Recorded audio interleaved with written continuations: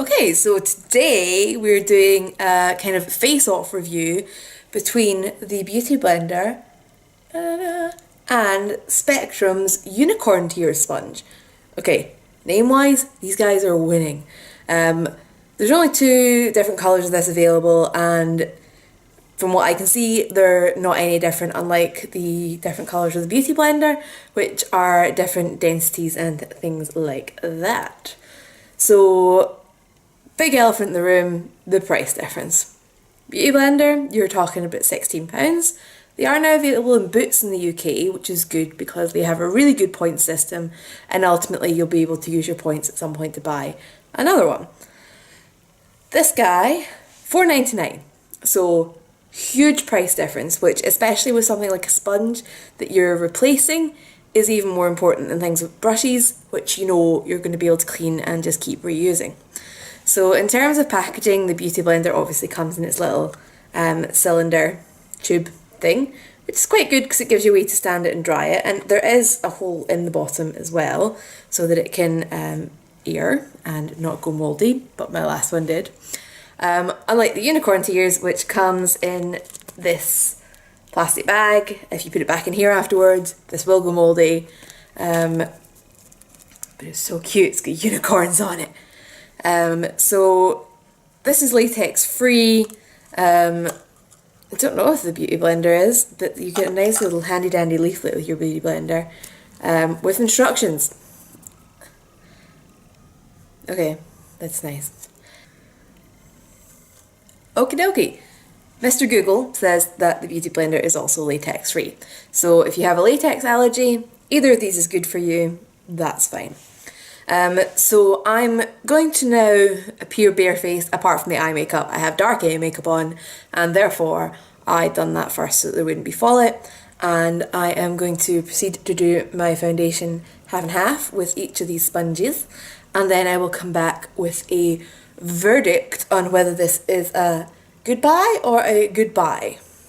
Stay tuned. Okay, so let's start this little Beauty Blender face sponge face off. I've got a bowl of hot water here, even though my sink is literally there, to wet these in. Now the Beauty Blender you basically soak through and it's going to grow so much bigger. They're a similar size just now. Beauty Blender is definitely softer. This one says use damp, and it doesn't look as porous, it doesn't look like it's going to absorb as much water. But I guess we'll see. So let's do the Beauty Blender first. That's the bubbles coming out of it as it absorbs some water. So I give that a good squeeze off. My bowl of water is now slightly pink because this is a brand new Beauty Blender, because this is a brand new Unicorn Tears. So I felt like I should compare. So you can see how much that's grown. I'm just going to sit down in my little tea towel here. Now, oh, that did let out a lot of bubbles. Okay. It's actually letting out a lot of really tiny bubbles. So maybe it is absorbent, it's just it's tinier pores than the Beauty Blender. I somehow feel when I'm squeezing this out like it's going to like project everywhere. Okay, no, that's definitely increased in size as well. More sideways than the Beauty Blender. And you can see the bits where it's still holding more water. Have kind of changed colour. How weird. This feels really nice actually. Okay, so I'm going to give them a side of my face each. I'm just going to quickly pop on some primer. Don't know why I didn't do that off camera. I usually do. Manly smelling Nivea Men, by the way. Okay, so let us start with the Beauty Blender because I don't know, I'm familiar with that one. And I will, actually no, better point, I will start with the Unicorn Tears because I'm familiar with the Beauty Blender, and then if I make any comparison points I can kind of refresh my memory when I do the other side. So I'm going to do the right side of my face with the Unicorn Tears, and first thing is that this kind of flat bottom is hugely bigger. I'm a little bit nervous actually about trying to get certain areas on my face, but okay, straight off, it's still definitely harder than the Beauty Blender. I also feel like it's eating my foundation rather than giving me, I mean, hang on, let's just do this side by side for a minute.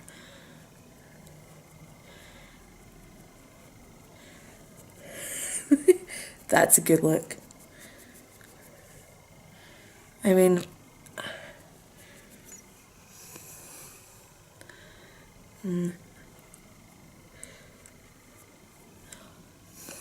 I kind of feel like this is eating my foundation. And I had enough to do a full face of makeup there, and I have that left. Okay, let's keep going and see what happens. I will persevere. And possibly give up and do the whole thing with my Beauty Blender. Okay, I feel like this has eaten my foundation, has eaten the coverage I get from my foundation. Let's switch back to the Beauty Blender's side.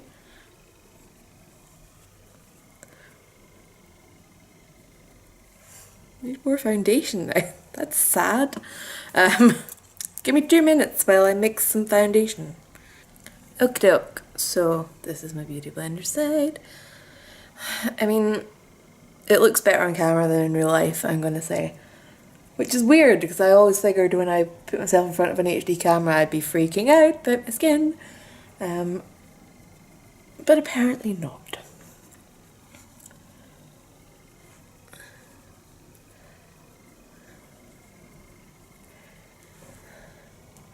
Right, I'm gonna give it another try. I'm stubborn. I want this to work because it's purple and it's got unicorn in the name. And it's like a third of the price of the Beauty Blender.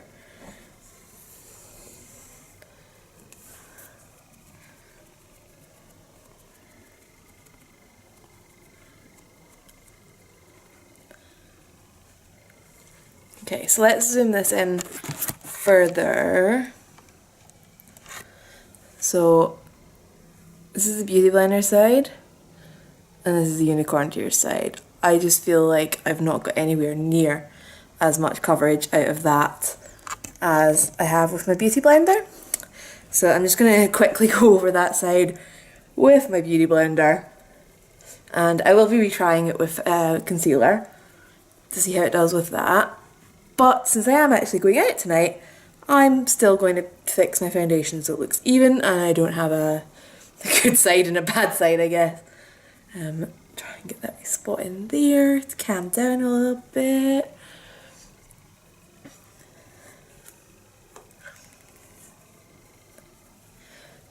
Paying special attention to the line where I divided the two. Okay, much happier with that. So next I'm going to put some corrector under my eye. This is the Kiko Natural Concealer in number 1, which always seems to be sold as a concealer rather than a corrector, but for me it looks very white on camera, but it's very definitely pinky peachy compared to my skin tone. And again, let's take this big guy.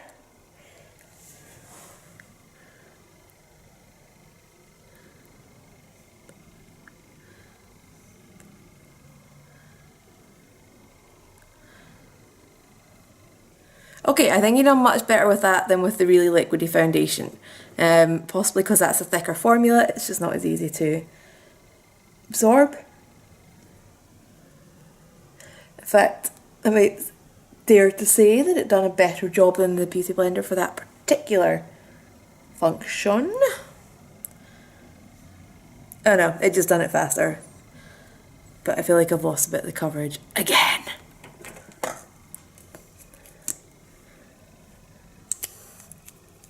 Suddenly realising that the price difference may be made up in the eating of products, which is not good. Okay. Now for my actual concealer, which is a new one, and I really am hesitant to put it near the Unicorn Tears because it was not cheap. It was a treat to myself because my boyfriend went away to sea again and I was lonely and I went to Space NK. The Kevyn Aucion Sensual Skin Enhancer. It's so pretty, it's so smooth, it's so pigmented that even if you eat it, I feel I should still have something left. So, in the name of YouTube, I will put my £30 concealer onto the product eating sponge.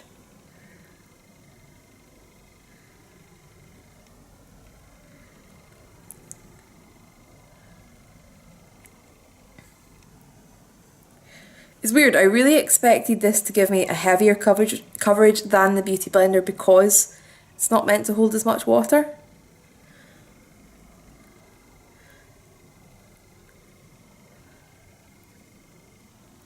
But that's not been the case, and it possibly doesn't want to blend out that particular concealer because it's a very, very thick concealer in case you hadn't noticed from the jar. So let's try just same with my Beauty Blender.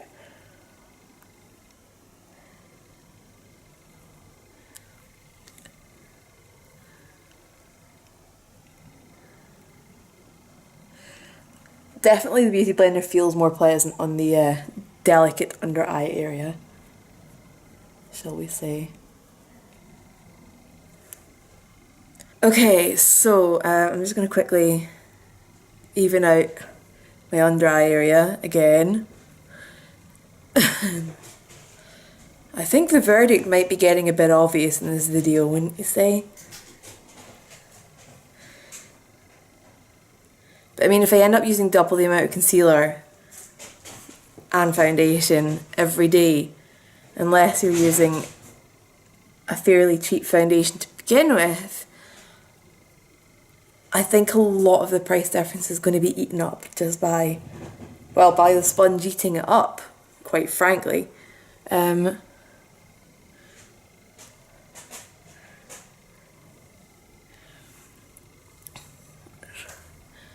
Quickly do some spots.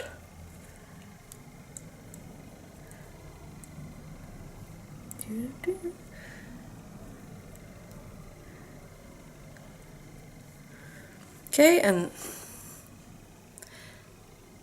this is an unimpressed face, isn't it? And this is of course the side I have the biggest breakouts on. Wunderbar! Oh, I have a spot in my hairline.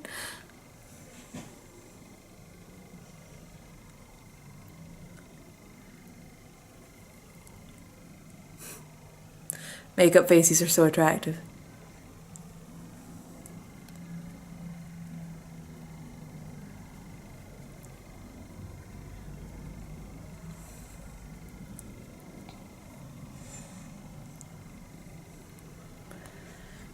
Okay, I think I've done fractionally better with the spots than with everything else. So, very nervous about the last product that I tend to use my Beauty Blender for. 2 seconds to my nose again. The last thing that I use my Beauty Blender for is to apply my powder for baking. Now, if this thing manages to eat powder, that's going to be scary.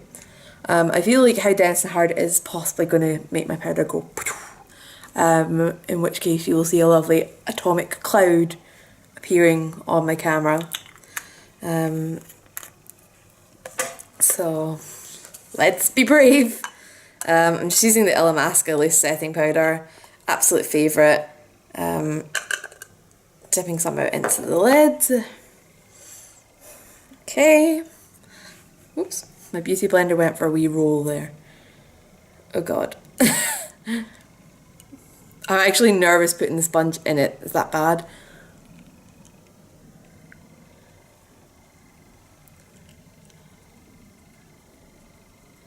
Okay, that seems okay. It's doing its thing.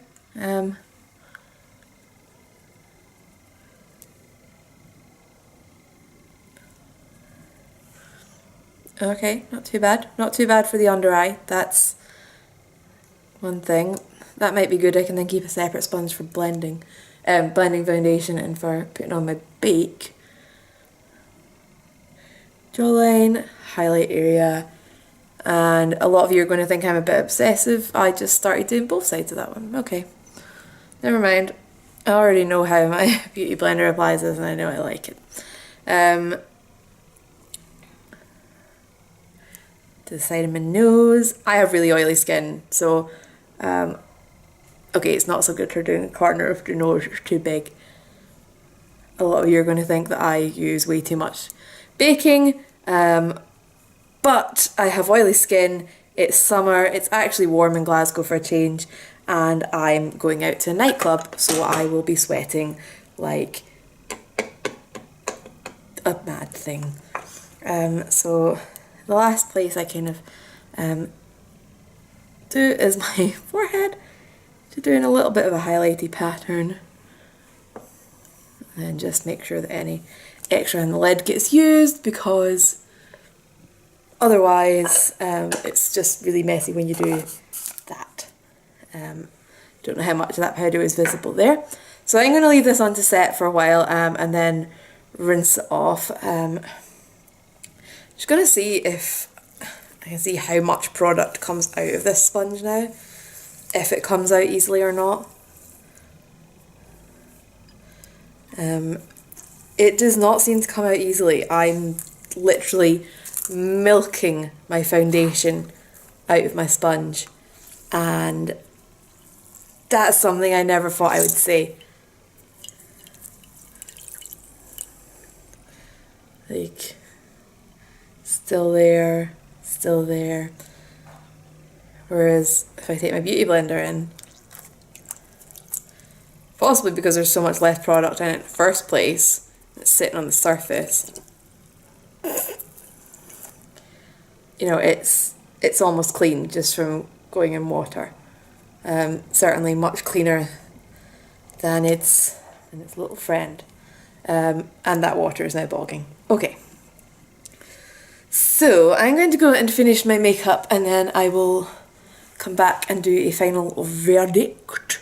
And I will see you soon. Bye. Okay, so I'm going to guess you guys are not really too surprised that the verdict is that this is a goodbye product. Like, so long, see ya, don't want to be ya. While this is cheaper, it seems to eat your product. And I like foundation. I buy quite expensive foundation because I think if you sit and do loads of effort with your eyes and your skin doesn't look good, there's no point. I have quite bad skin. I always have had quite bad skin. So I'm quite happy to spend the money to try and make it look good. That being said, I do not want this to eat my money. I felt this was not as soft as the Beauty Blender. I felt that it wasn't as easy to get into like little nooks and crannies. Just hands down, Beauty Blender wins. The only downside to the Beauty Blender is the price, but to be honest, I can see why it's more expensive than this guy. This guy is firmly just never getting used. I don't want to say that, I feel mean, but no, I would not be repurchasing this guy. I would not be recommending him to friends. I am not recommending him to you guys. I do have a brush from Spectrum. It's the only other Spectrum product I have. I love it. Just not the unicorn tears. So if you have any questions, please don't hesitate to leave them down below. This is my first HD video with my new camcorder, so if you want to let me know what you think of the quality, I don't know. But I am now going to meet my best friend and go out, and I will speak to you guys later. Bye guys.